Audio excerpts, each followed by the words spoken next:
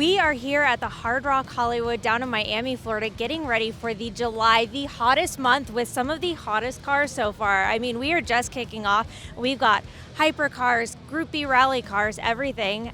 How are you guys feeling about today? I think today is hot. It is hot. It's hot. Hot cars, hot girls, hot outside. But no, I just Hot want to outside. appreciate everybody for coming out today at our Seminole Hard Rock Casino. Today we're from 8 to 11.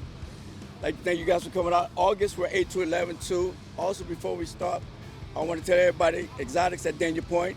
We're open for registration, so register your car, and appreciate everybody for coming out. Thank you. And guess what? Like always, we don't disappoint. 500 plus cars today. If you don't come here, man, you're missing. And look at this. I even brought the Stars and Stripes just so that we can basically say hello to our country. Perfect for July. Come check it out with us. Perfect.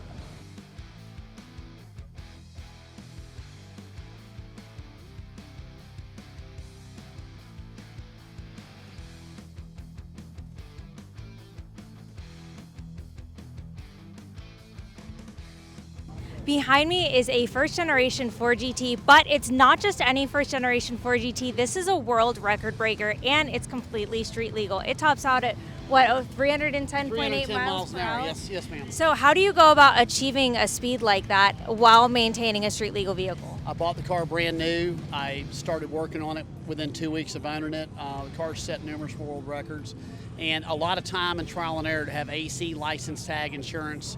Took all my kids to school in it over the years. You know, it's a great car. I drive it all the time. I'm going to probably try and hit 320, 325. 1.46 billion registered cars in the world. This is the fastest one. Wow. Faster than Koenigsegg, Bugatti, Hennessy, you know, you name it. This car outruns them all.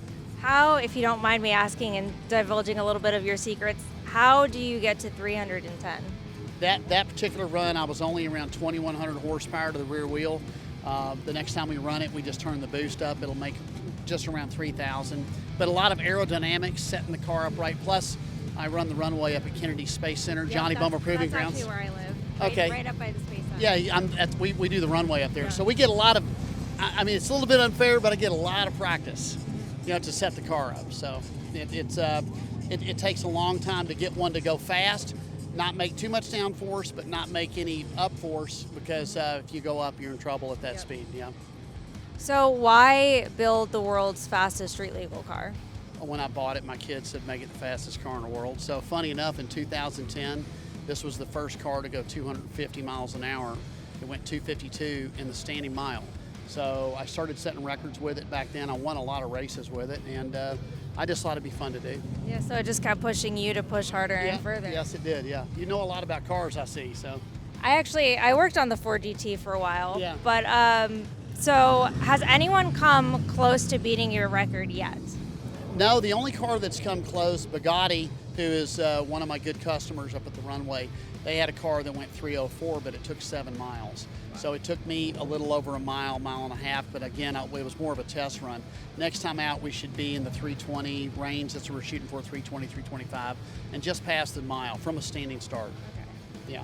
My new biggest thing that I've been stressing to people is it's not just the amount of time it takes your car to get to speed, but also the amount of time to stop, because I feel like a lot of new enthusiasts these days get in their cars and they drive faster than their brakes can stop. Oh, So you're right on the money, yeah. how long does it take to get your car to stop from 310? Well, funny enough, if you watch the video, the QR code's right there. I went a little bit further than I should just because I saw the 300 and I was climbing, but I have a parachute. So I skidded 1,120 feet. If you watch the video, that whole time I'm skidding, all tires locked up with the chute. That's scary. Yeah. Oh, it was fun. It was a good ride. And then you've got a canal and a fence, so canal full of gators. So I was like, yeah, I probably should stop now. But It's probably it doesn't fine. have the big carbon fiber brakes because I roast the brakes at that speed. So those are like Coleman brakes, you know, they're good brakes, and we run them 4 or 5 times for $150 a rotor. We just take them out and put new ones in. If it ain't broke, don't fix it. That's if it, If yeah. it gets you to stop in a safe distance. It does. I've stopped at 292 with no parachute.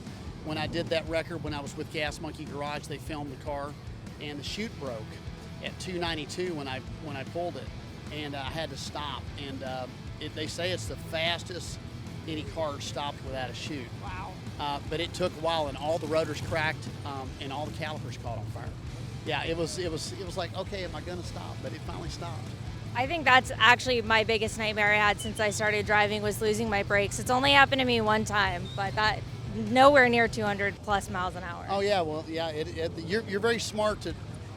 It's easy to go fast. It's much harder to stop. Yeah, that's what we need to get, young enthusiasts. I mean, I feel like now more than ever, it's so easy to hit those 1,000+ horsepower numbers, and people aren't as focused on stopping or controlling that kind of power. That's the problem. If you watch a lot of these car shows, a lot of kids are getting these cars. Like you said, you can make a car over 1,000 horsepower almost effortlessly.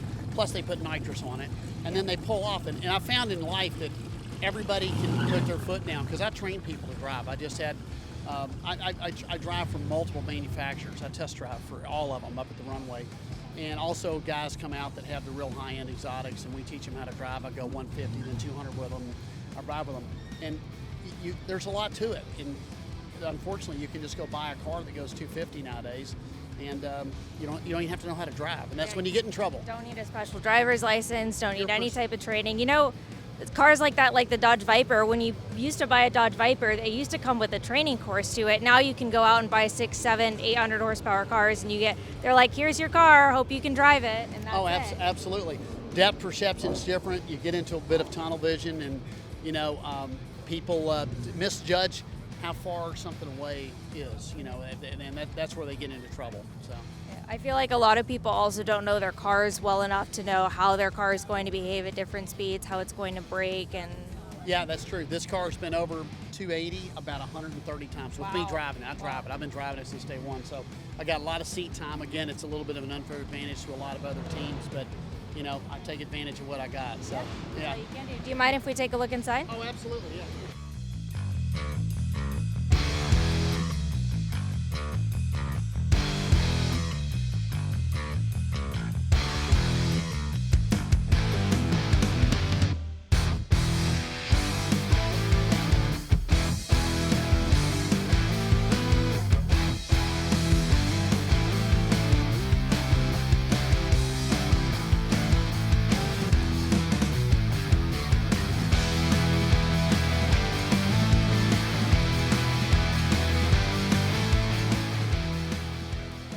Can you tell us about Squadrolupo Yachts today and this beautiful model we have in front of us? Yeah, sure thing. Hi, I'm Dave from Squadrolupo Yachts. So this is our beautiful Maori 64. So these boats are built in Sardinia, Italy. Squadrolupo Yachts are the US distributor of this brand. It's a very niche brand. They only build about 5 to 7 boats a year. They build them from 46 feet all the way up to 125. They're handcrafted, carbon fiber infused hulls. They're a sport yacht, so they go fast, they look nice, they're extremely stable, so they're the perfect boat for Miami.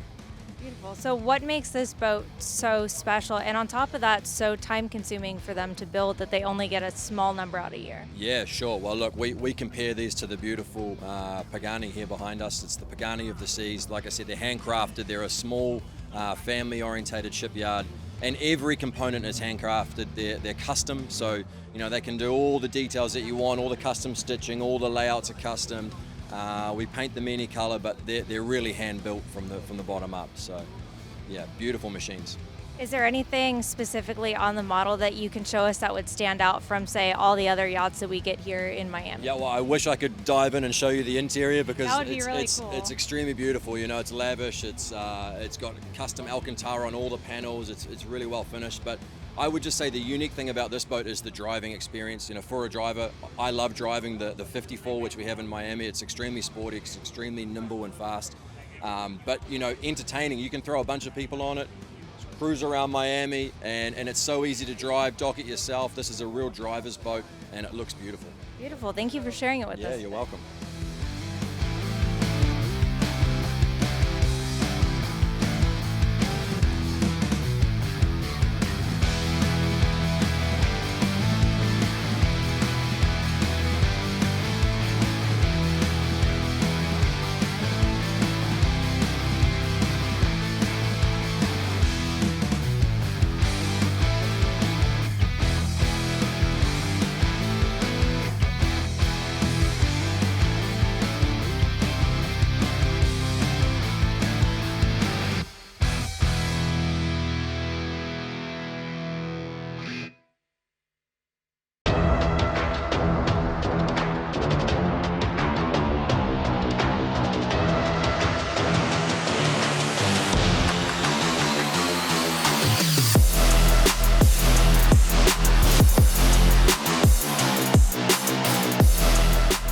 Behind me is an incredibly rare Chevrolet Corvette, and if you're not keen on Chevrolet Corvette history, you might not realize what makes this 1963 Corvette so special. Now come check around the back with me, because this 1963 Chevrolet Corvette was the only year that Chevy produced the split window Corvette. Now if you don't know what a split window is, check around the back here and you'll see that the rear windshield is actually split in half. Now this was cut off immediately after 1963. It's incredibly rare because it limits your visibility, but it gives the car these absolutely beautiful body lines, and it's a great gotcha car if you are a fan of Corvettes. Which means it has been affectionately updated for creature comforts as well as performance features. Can you tell us what updates have been done to your car? Okay, it's a 1963 split window coupe. It is actually a resto mod. It's got 275 miles on it. It's got Art Morrison frame. It's got an LS3, 540 horsepower, air conditioning. The car is really awesome. It's got shop wheels on it. What else can I tell you? It's an awesome running car, and I'm actually a collector of C2 Corvettes. That's it. Awesome, thank you for sharing it with us. Thank you very much. Take care and have a nice day.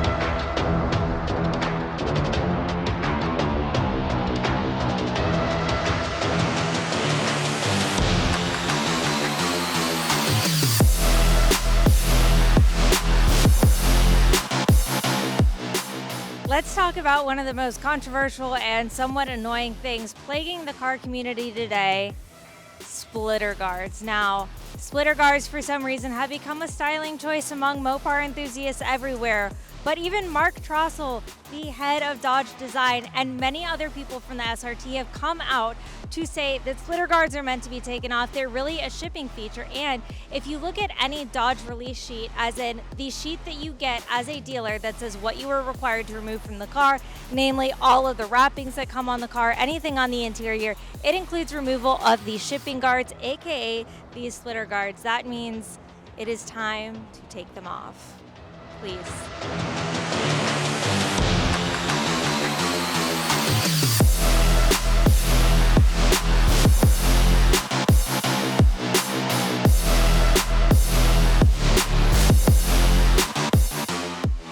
Now, I know it's called Supercar Saturday, but we get so many more cars here besides just supercars. We get American muscle cars, resto mods, rat rods, hot rods, and classic cars. Behind me is a very cool car, and the styling exemplifies everything that you think about Miami from the movies, from the 80s to the 90s, early 2000s. This is a Chevrolet Caprice, and it's the diesel version. Now, the color is absolutely beautiful. It's a great color for Miami, and it sits on way oversized wheels, which I think makes it look even cooler and gives it that total Miami vibe that we go for here at Supercar Saturday. And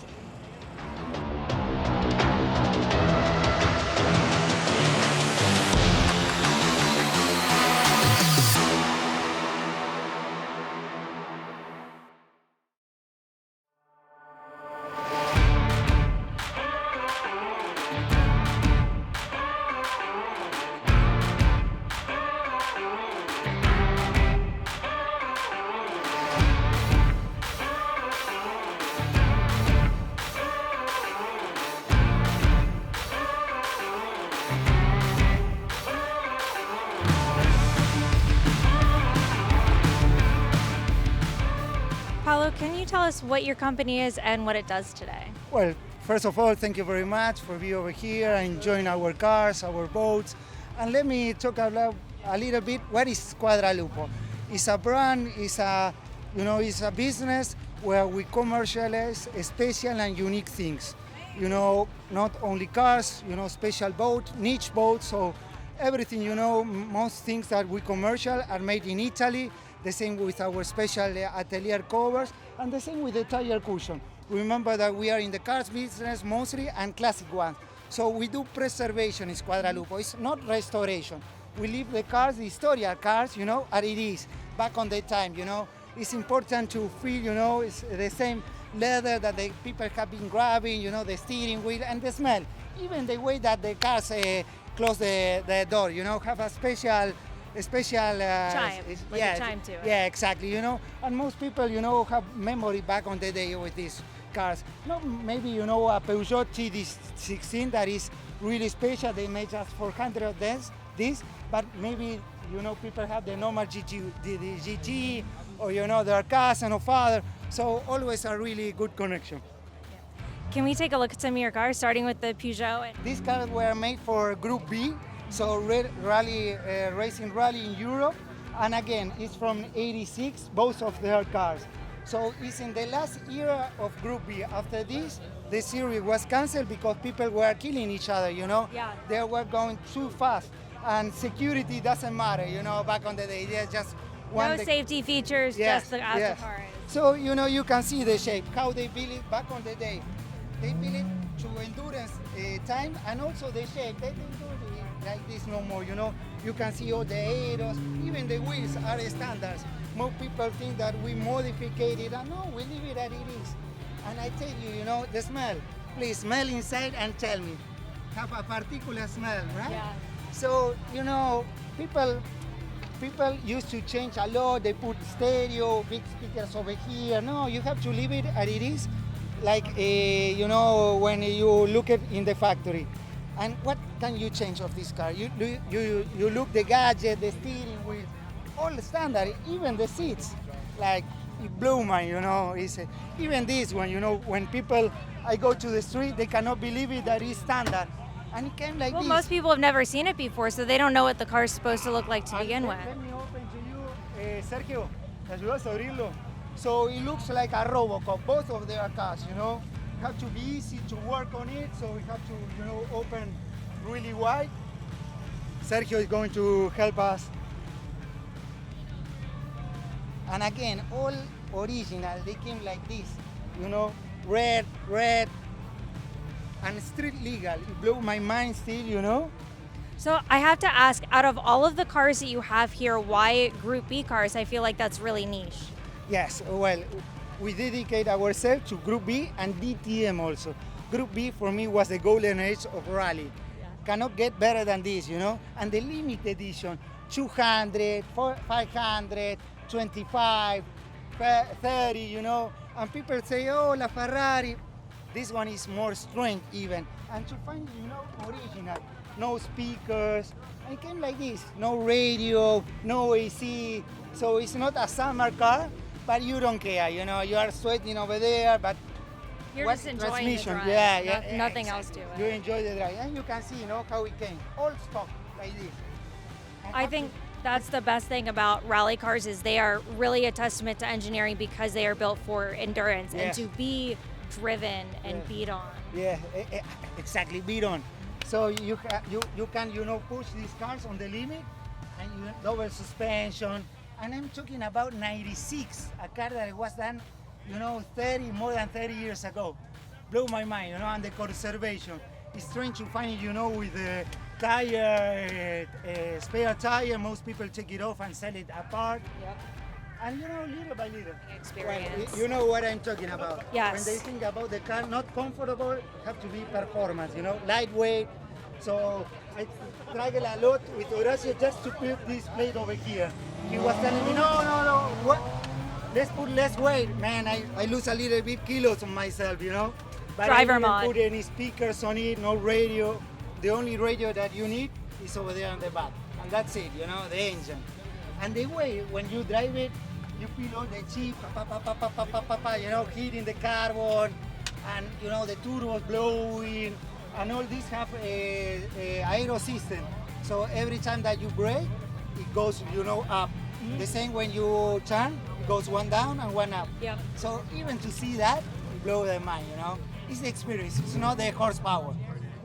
And it's I think a lot of people, especially like younger enthusiasts these days, are so caught up in like horsepower and performance numbers that they don't care how cars handle anymore. They don't care about how the driving experience of the car exactly. is. And it's the experience again, no? It starts with wheels. Most people have it like collection, don't put in miles on it, but these babies have to drive it, you know, you have to stretch their legs. Pagani's are cars that like to be driven, and they like to be driven hard. Yes. That's what they're designed to do. Same with the Group B cars. They like to be driven hard, and they'll break if you baby them. It's like the opposite of most supercars. Yeah, actually, you know, I take it often to the track, even Road America, Laguna Seca, Sebring, and I can go 40 minutes without stopping. The brakes are cool, you know. I have a little problem with maybe a little bit hitting the gearbox, but it's normal. It's a street car. It's not a race car, so it have their limitation, you know. But we take care also. We commercial this product in Squadralupo that it prevents you to the flood spot. So if you don't drive the car for a month, or even how it shows, you know, it's like a wine. You get better during the pass of the time. Yes. So this protects you from the tire. So a flat spot with tires, if you're not familiar what that means, if you don't drive a car for, say, a month or maybe a few months or even a year if you're working on a project car, a flat spot in your tire is obviously where all of the weight sets, and it can damage your tire. If your tire goes flat, it can damage your wheel. So having these platforms here saves your tire and your wheel. And again, yes. You know what I think is really noticeable about this car and the Bugatti? People love the look of raw carbon fiber. Do you work with composites at all? Not myself, but yeah, I do a lot of work, yeah. If you have ever worked with carbon fiber as a composite, it's a nightmare. Yeah. And I said this time and time again, where you have a difference between, say, on the yachts, where you have that carbon fiber infused materials that helps give it the strength and rigidity that it needs. But when it comes to cars, when you have exposed carbon fiber, the way that you have to go about laying the carbon fiber in order to make it, I mean, you can see from panel to panel, every single panel lines up completely, and it's the same on the Bugatti. The trims, yeah. And then you still have people that modify these cars. I know, for me it's unbelievable. Yeah. Especially when they change exhaust and they want more power, buy something else, you know, or especially these kind of cars, just leave it alone and just drive it as it is. I watched an interview one time. It was a man talking. It was two Ferrari owners, and one of them had a modified Ferrari, and he said, "Why would you modify your Ferrari? I don't know better than 50 Italian engineers." Yeah, exactly. You cannot think better than, you know, 50, 100, and how many hours, days, and years they took in the development of this. The only thing that I take out of the car when I take it to the racetrack is the wheels. Just the wheels. I take out the carbon fiber, put titanium, and that's it, you know, just for the chips. That's fair. Yeah. That's a fair compromise. But you put them back on. Yes, have all PPA with ceramic, so that's why it looks like an ice cream.